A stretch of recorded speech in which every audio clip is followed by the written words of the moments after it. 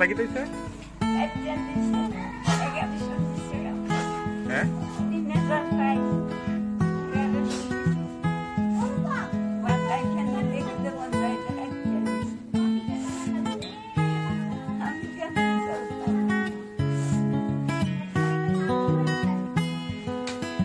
Final না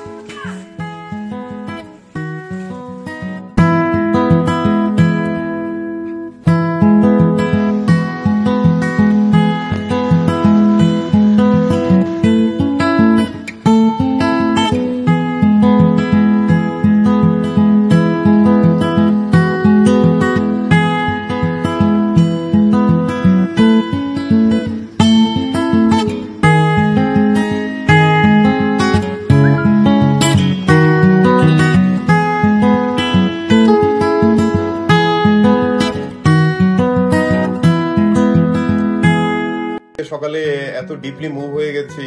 একজন বৃদ্ধ মহিলা 101 বছরের নিহারবালা দেবী আম্বাসার, তো ওনার সাথে ভিডিওতে কথা বললাম। দেখলাম যে মানুষের কত কষ্ট, এবং উনি এই 101 বছর বয়সে কিভাবে জীবনযাপন করছেন, তার উপরে নিষ্ঠুর ভাবে ওনার সোশ্যাল পেনশন, বৃদ্ধ ভাতাটাও কাট করে দেওয়া হয়েছে। তো এটা দেখলে না আপনারা আশ্চর্য হয়ে যাবেন, cutting across political lines and thoughts, যে একজন বৃদ্ধ মহিলা, একজন মানুষের কাছে একটা সরকার অল্প মানবিকতাটা অব্দি দিতে পারছে না। আমি আজকে সকালবেলা ভিডিওতে নিহারবালা দেবকে আমি ওনাকে ঠাকুমা বলেই ডেকেছি। আমি দেখে সত্যি কি বলবো, বলার ভাষা নেই আমার। কারণ ত্রিপুরা সমাজের আমিও একটা অংশ। এটা আমাদের একটা লজ্জার ব্যাপার যে হাজার হাজার বৃদ্ধ মানুষেরা যারা 80-90 বছরে আছেন, তারা গভর্নমেন্ট থেকে যাও 1000 টাকা বা 1500 টাকা কিছু পেতেন মাসে, যেটা দিয়ে ওনাদের ওষুধপত্র কিছু চলে যেত, জীবন ওনারা বেঁচে থাকতে পারেন। সেই বেঁচে থাকার শেষ সম্বলটাও বিপ্লব দেব কেড়ে নিয়েছে।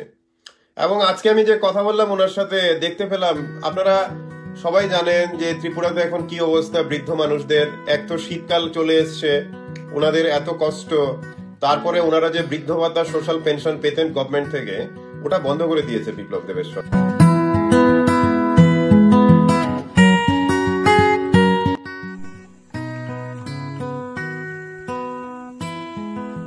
জিনিস পাইছো নি?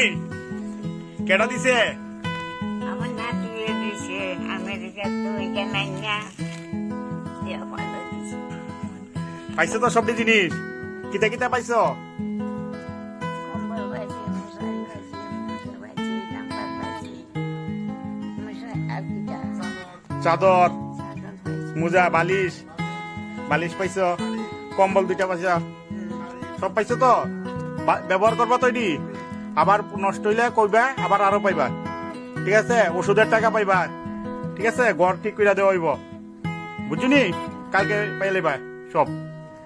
রাখি? আমার নাতি দিছে আমেরিকা, তো এখানে না আমার নাতি দিছে আমেরিকা, তো এখানে না।